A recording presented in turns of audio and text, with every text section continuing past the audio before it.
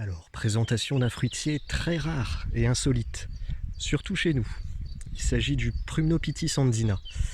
Alors, originaire du Chili, là-bas on l'appelle el yoque. Les Indiens Mapuches le récoltent. Alors, il s'agit d'une sorte d'if. On l'appelle aussi if chilien.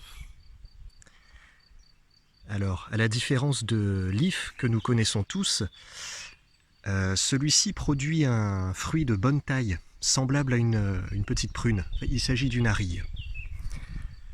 Et donc, contrairement à l'if, celui-ci n'est pas toxique.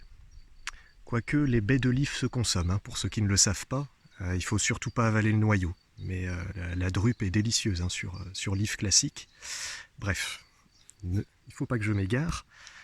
Donc, ce Prumnopitis, on va pas aller sur quelque chose d'extrêmement productif. C'est plutôt une rareté qu'autre chose.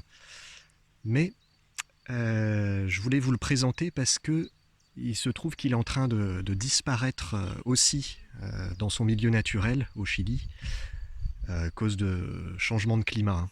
Là-bas, c'est beaucoup plus marquant qu'ici. On voit vraiment les effets de ce changement. Donc beaucoup d'arbres meurent, y compris les araucarias. Bref, donc le Prumnopitis, si vous avez la possibilité de trouver des noyaux ou de trouver un plant en pépinière pas très cher, un plant comme ça devrait coûter une dizaine d'euros. Voilà, je vous conseille de l'essayer, ne serait-ce que pour le sauvegarder. Le fruit a un goût vraiment très intéressant. Il est très adapté au climat océanique breton. Alors le spécimen que vous voyez là n'a pas l'air en très grande forme et j'en suis le seul responsable.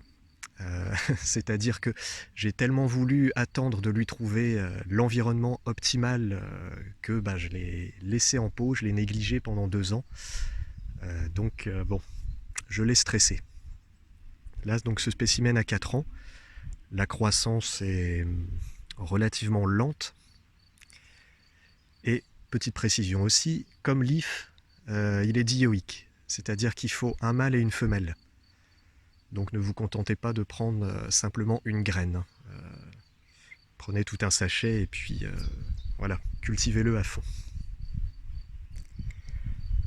Voilà, voilà, mon petit mot pour le sauvetage de ce Prumnopitis andina, qui j'espère vous donnera satisfaction.